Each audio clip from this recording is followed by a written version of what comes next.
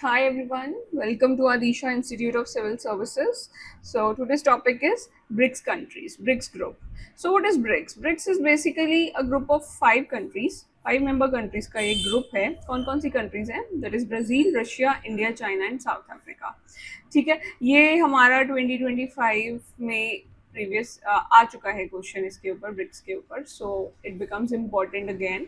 ठीक है, तो मतलब इमीडिएट नेक्स्ट ईयर तो नहीं आता, लेकिन yes it is important for the competitive exam. Okay, so why it is in news. तो गोल ये रहा है इनका कि जो भी ये नेशन इकोनॉमीज है, ये जो भी फाइव कंट्रीज हैं, ये कलेक्टिवली जो है डोमिनेट करेंगी in the global growth by 2050. This is their goal. Okay, so अब ब्रिक्स में है क्या क्या. एक तो इसका फर्स्ट समिट पता होना चाहिए कि ये स्टार्ट कब हुआ. फर्स्ट समिट था 2009 में. ठीक है, और फिर ये फर्टिलाइजर डिक्लेरेशन, क्योंकि ये ऑलरेडी आ चुका है एग्जाम में, प्रीवियस ईयर क्वेश्चन है, उन्होंने पूछा था कि फर्टिलाइजर डिक्लेरेशन किससे रिलेटेड है, तो it is related to BRICS. तो आपको इसके बारे में भी पता होना चाहिए कि इसमें ये हुआ क्या था, क्योंकि प्रीवियस ईयर क्वेश्चन ही हमारे बेसिकली एक बेस बनता है तैयारी के लिए. तो फर्टिलाइजर डिक्लेरेशन अगर वो पूछ चुके हैं तो इस पर ही नेक्स्ट टाइम वो पूछ सकते हैं कि फर्टिलाइजर डिक्लेरेशन में हुआ क्या था. तो कंटेंजेंट रिजर्व अरेंजमेंट था.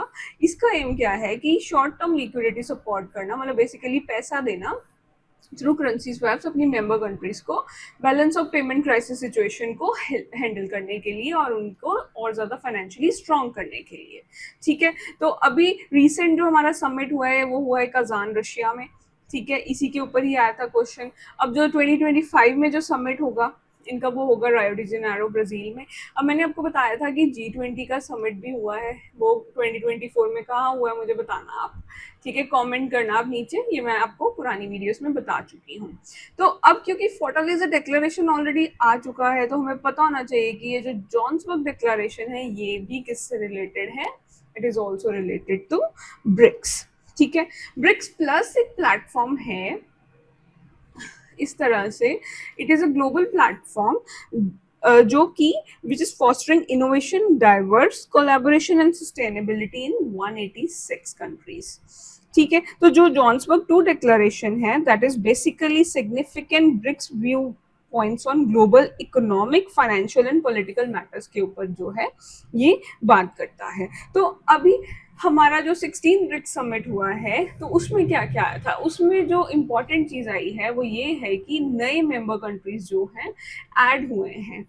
कौन कौन सी मेंबर्स ऐड हुए हैं. That is Egypt, Ethiopia, Iran, Indonesia and UAE. तो अब इंडोनेशिया का वो ऑलरेडी एग्जाम में पूछ चुके हैं, तो ये इम्पोर्टेंट हो जाता है. ये इम्पोर्टेंट इसलिए भी है क्योंकि ये first south east Asian member country है जो कि ब्रिक्स में ऐड हुई है. ठीक है, तो इस वजह से इसकी अब फुल फॉर्म क्या हो जाती है. This is its new full form, BRICS, EEIIU. कौन कौन सी कंट्रीज हो गई. इजिप्ट हो गया, इथियोपिया हो गया, ईरान हो गया, इंडोनेशिया हो गया एंड यूएई. ठीक है, और अब इन्होंने अग्री क्या किया है, क्या ये करेंगे कि ये एक्सप्लोर करेंगे इनिशिएटिव. कौन कौन से एक्सप्लोर करेंगे. That is about grain exchange.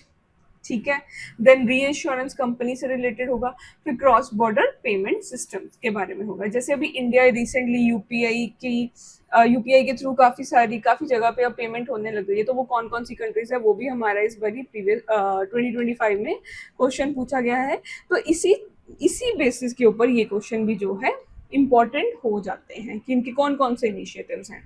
तो अब काजान डिक्लेरेशन, ये देखो डिक्लेरेशन एग्जैक्टली आगे, strengthening multilateralism for just global development and security. तो अब कहीं ना कहीं थीम के ऊपर अगर एक बार ही आया है तो चांसेस हो जाते हैं कि बाकी के कॉम्पिटिटिव एग्जाम्स में भी थीम के ऊपर, वैसे तो थीम के ऊपर ऑलरेडी पूछे जाते हैं, यूपीएससी ने फर्स्ट टाइम पूछा है, तो डेफिनेटली थीम्स बिकम इम्पॉर्टेंट क्योंकि अब हमारा स्टेट पीसीएस पंजाब का भी सिविल सर्विसेज आने वाला है. तो ये चीज़ें अब हमें और ज़्यादा बारीकी से नोट करनी है.